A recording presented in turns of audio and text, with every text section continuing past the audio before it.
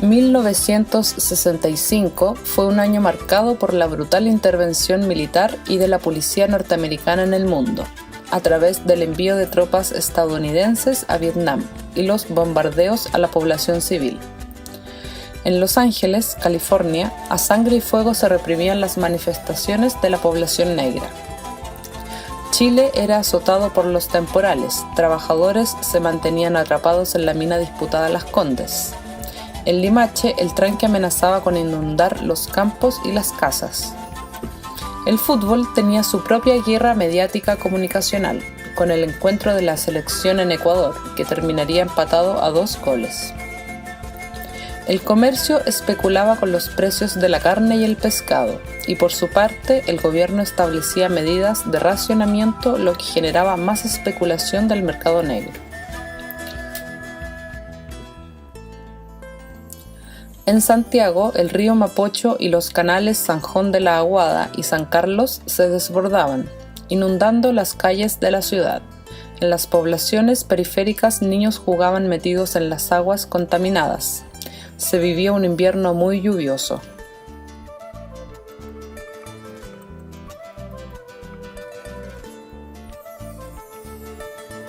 En contexto, se desarrolló la Constituyente Revolucionaria los días 14 y 15 de agosto de 1965.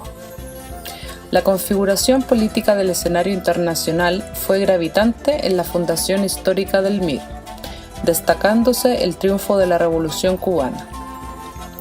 Más importante aún fueron los factores internos y las condicionantes históricas locales del proceso político, que generaron las condiciones para lograr la unidad revolucionaria dispersa de la izquierda chilena.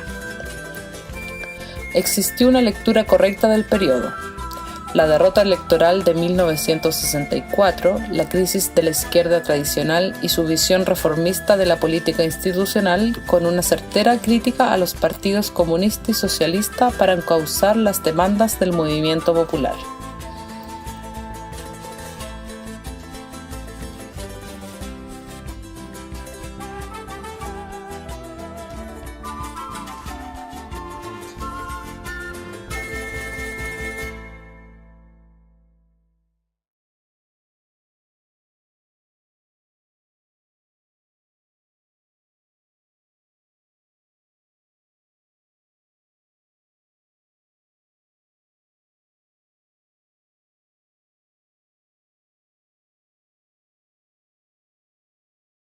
Los famosos encapuchados.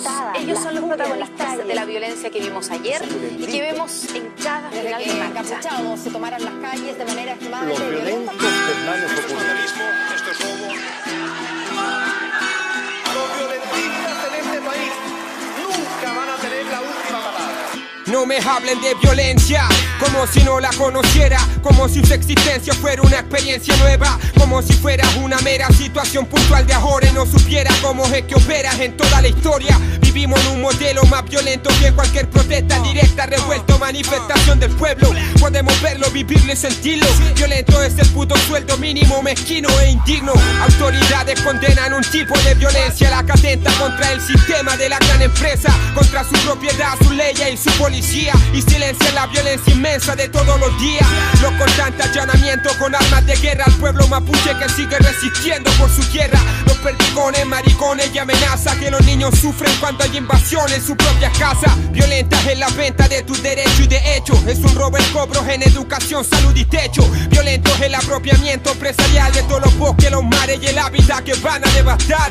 Pero eso no sale en la prensa, que trenza mensaje con eficiencia para vencer la resistencia. Y es que su estado es la violencia organizada de la clase alta contra la que labora por casi nada. ¿Y dónde empieza la violencia? Empieza desde que nacemos en estos guetos de impotencia, en la carencia de toda oportunidad. La violencia de verdad en la ciudad de la opulencia. ¿Y dónde empieza la violencia? El despertar de la conciencia solo trae una consecuencia. Yo tapo mi cara, tú tapas la realidad. La violencia de verdad, el capital y su esencia. No hay algo más hipócrita que hablar de la violencia. Si esta nos toca, toca tu puerta ni en las noches te despierta. Ven a dormir acá en el gueto y dime si hay facetas de esta realidad concreta que yo no comprendo. Violencia es la indiferencia con la gente o la manera chata en que el rico trata al indigente. Son las barreras que inventan para discriminarte, son murallas levantadas para frenar al inmigrante. Dime quién es responsable de estas atrocidades, crímenes contra la humanidad, prisiones militares. Ayer Irak y Afganistán, hoy Libia. Niños de Palestina se asesinan casi cada día. Cuando el imperio identifica a su enemigo, los dueños de los medios justifican hasta genocidio. Y los que bombardean escuelas y fábricas después de derechos humanos quieren dar cátedra. No les compramos cuando dan ese argumento que demoniza a los que están luchando por ser tan violentos. Si en una pura sesión en el parlamento aniquilan más vidas que todos nuestros caseros armamentos. Pero si poderosamente reclamamos algo, nos llaman delincuentes y nos mandan al carajo. Violento yo, violento tu fucking fajo, que son sufrimiento y muerte para la gente de trabajo. ¿Y dónde empieza la violencia? Empieza desde que nacemos en estos guetos de impotencia, en la carencia de toda oportunidad. La violencia de verdad en la ciudad de la opulencia. ¿Y dónde empieza la violencia? El despertar de la conciencia solo trae una consecuencia. Yo tapo mi cara, tú tapas la realidad. La violencia de verdad, el capital y su esencia. ¿Cuándo se va a acabar la violencia? Solo cuando se acabe la desigualdad social, cuando termine la pobreza, la mala educación, la salud como las weas. Cuando valga la pena buscar pega en vez de traficar o salvarse robando en la esquina. Cuando vivamos en barrios pensados para seres humanos. Cuando el transporte público no nos trate como ganado. Cuando ya no haya que andar cuidándose en la calle. Cuando nuestros niños coman bien y crezcan sanos. Ahí va a terminar la violencia, te lo juro, mi hermano, mi hermana. Y hasta entonces solo habrá guerra, guerra. Yo les pregunto, ¿de dónde viene la violencia? ¿Quiénes son los violentos? ¿Somos nosotros o son ellos los poderosos, los ricos? ¿Quiénes son los violentos?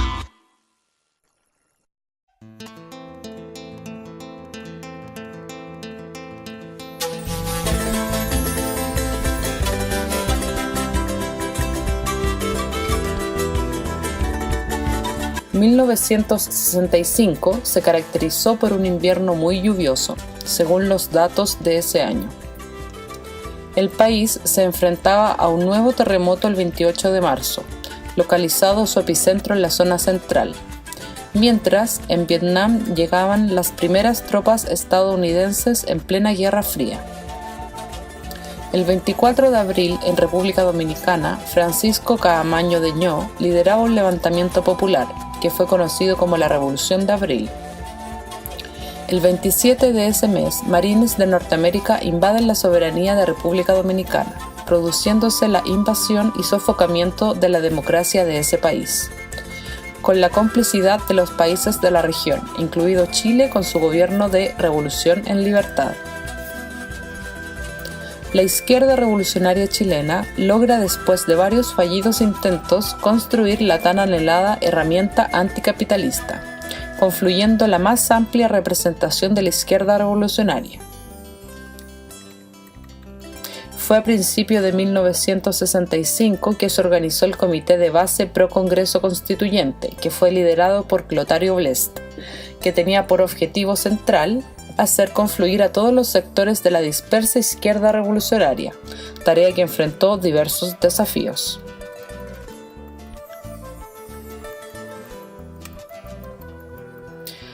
En la convocatoria se hacía alusión claramente a sus objetivos revolucionarios.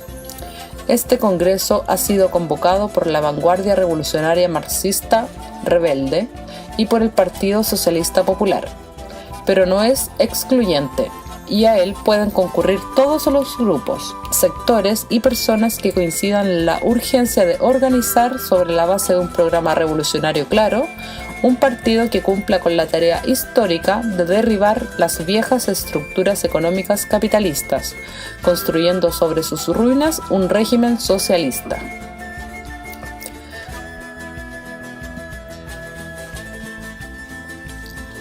Según los relatos de los propios participantes, recogidos por la prensa revolucionaria de la época, concurrieron 93 delegados, más quienes llegaron a título personal. Los registros nos hablan de representantes de Puerto Montt, Los Ángeles, Concepción, Linares, Talca, O'Higgins, Santiago y Valparaíso.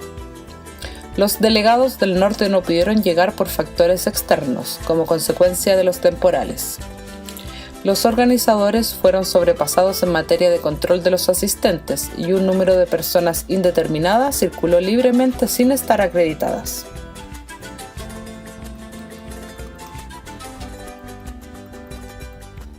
¿Quiénes eran estos revolucionarios que llegaron a la sede de la Federación del Cuero y el Calzado, que fue facilitada por el dirigente anarcosindicalista Ernesto Miranda?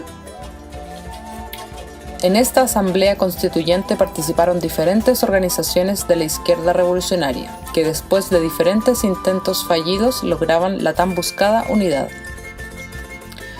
Entre los delegados asistentes se encontraban Enrique Sepúlveda de La Vanguardia a principios de 1960, Martín Salas, Eduardo Fuentes Torof, René Parra Género y Sergio Guajardo Mondiola del MRA. Grupo trotskista descolgado. Los militantes del Partido Revolucionario Trotskista, que se había fusionado en La Vanguardia en 1962, Reinaldo Muñoz Zapata y Jorge Cereceda Chipo. El colectivo pro-chino Movimiento Comunista Revolucionario, que se sumó a La Vanguardia Marxista, Gabriel Smirnov Figueroa Ficha. Desde Concepción, Marco Antonio Enríquez y un grupo de jóvenes revolucionarios que provenían del Partido Socialista y Comunista, colectividades a las cuales habían abandonado.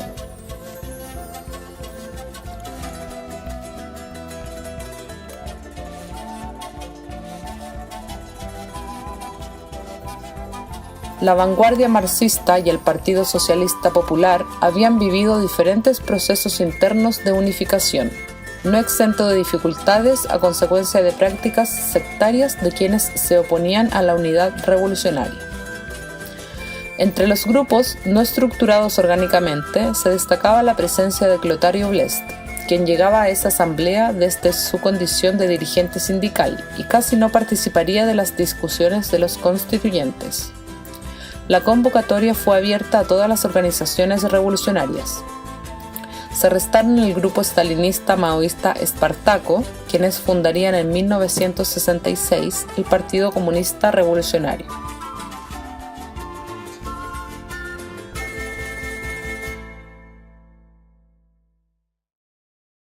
A la constituyente revolucionaria asistieron las compañeras de Concepción, la profesora Lili Lavé Rivas y la modista Buenaventura del Carmen Ulloa Carrillo Tula, que provenían de la Vanguardia Revolucionaria Marxista. Desde Santiago participaron las recordadas hermanas María y Herminia Concha, que provenían del trotskismo. Hay que mencionar a Guacolda Salas de las Juventudes Comunistas. Lumi Videla no alcanzó a participar de la constituyente, incorporándose a meses después al MIR desde el Instituto Pedagógico.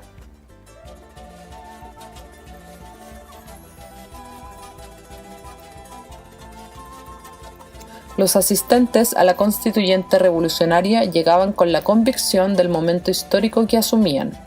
Poco y nada importó los sacrificios de los compañeros para llegar desde Concepción, un día y medio de viaje en un bus que era todo un desastre, por donde el frío y la lluvia escurría por las ventanas. El desaparecer de identidad, y yo pienso que esas cosas, las unidades de la izquierda significa entendimientos, conocimientos, romper con esa vida que a mí me tocó espantosa y de la cual también fui parte, del sectarismo. El sectarismo, y yo creo que eso forma parte de eso que te digo, en que las adscripciones políticas que hacíamos era muy emocional. La gente se adscribía a un partido y no tenía una construcción y una elaboración que le permitiera ir desarrollando su posición en el lugar en que estuviera, ¿ya? Yo creo que esa diferencia la tuvimos los miristas. Los miristas, yo siempre digo, y ahora en estas lecturas que estaba diciendo me la he encontrado, no soy yo nomás la que percibí. Éramos cultos, ¿ya? éramos gente que leíamos los diarios, ¿ya? Que pensábamos. Clotario, con esa mística que transmitía su voz, daba la bienvenida. Compañeros, aquí estamos reunidos porque queremos crear una organización revolucionaria. Y ahora vamos a hacer la revolución. Para eso nos hemos reunido. No hemos venido a otra cosa.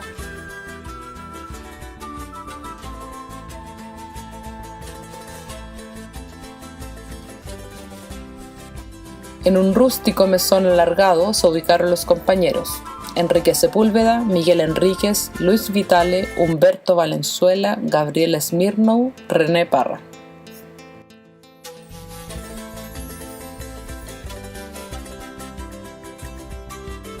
La tarde de ese 14 de agosto de 1965 transcurrió entre fervientes discursos de los asistentes para pasar al trabajo de las comisiones: orgánica, declaración de principios y programa, la cuestión militar.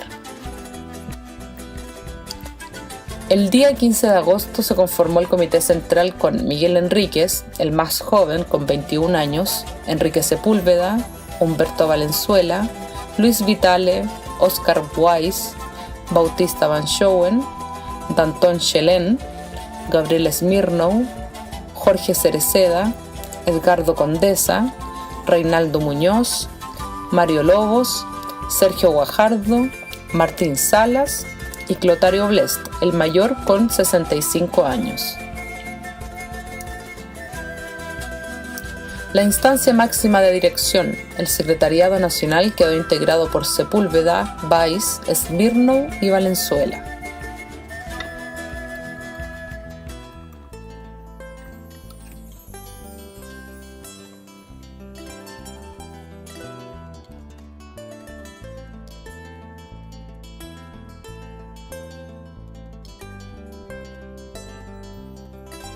El MIR surgía bajo una clara definición ideológica, a pesar de las diferentes posiciones existentes entre sus organizaciones que participaron en la constituyente revolucionaria.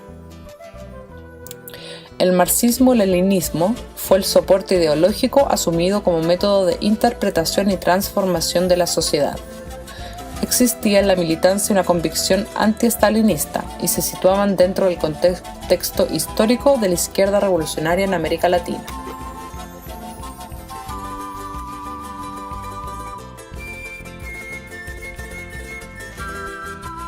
La declaración de principios redactada por Luis Vitale estaba centrada en las posiciones del trotskismo de la cual formaba parte.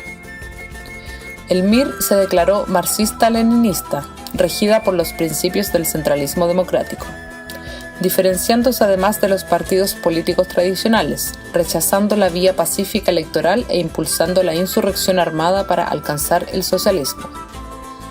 Esto respaldado con la conquista del poder por la vía insurreccional, documento presentado por Miguel Enríquez, Viriato, y en conjunto Marco Antonio Enríquez, Bravo, y Marcelo Ferrada, Atacama.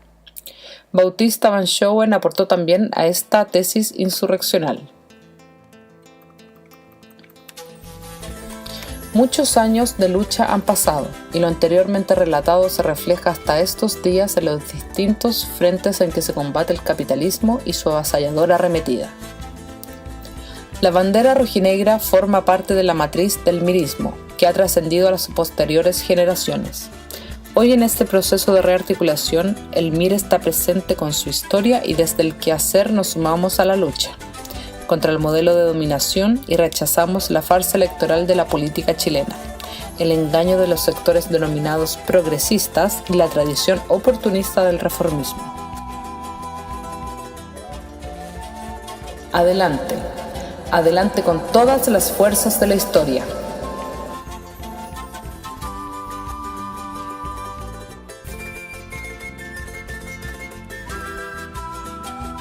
El MIR no es más que una organización política que se define por la lucha por el socialismo, se define por luchar por los intereses de obreros, campesinos, estudiantes y pobladores. Los métodos son métodos revolucionarios, no son métodos que nosotros hemos impuesto a las clases obreras, campesinas y a los trabajadores.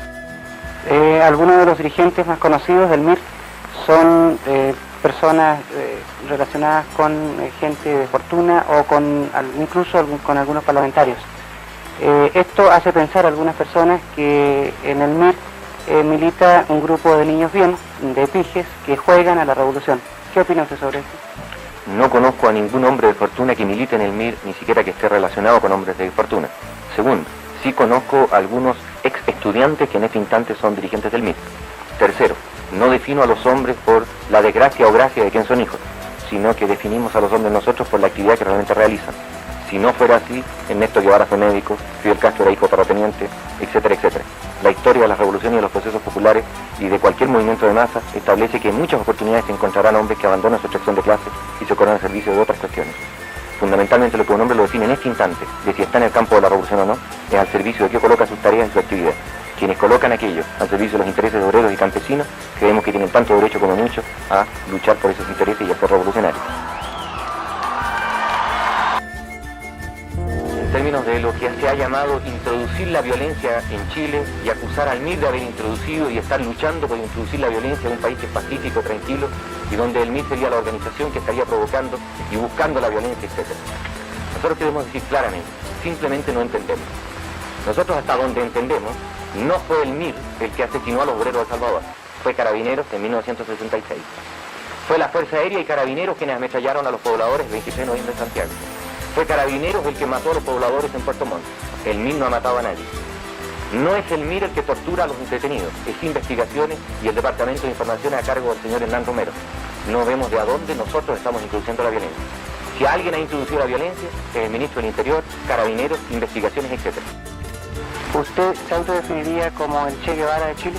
Me parece ridículo, absolutamente. En ningún caso. Ernesto Guevara fue un gran líder de movimientos revolucionarios en América Latina que está muy lejos, no solamente de mi persona, sino de cuántas personas yo conozco en este instante en Chile. Nuestra aspiración exclusivamente es tratar de luchar bajo las grandes sendas que él dejó. Y la distancia que hay entre él, entre una persona como yo y entre cualquier militante de nuestra organización en este instante es enorme. Ofrendó su vida, estableció una serie de categorías desde el punto de vista conceptual, ideológico, etc., muy distante de lo que somos nosotros.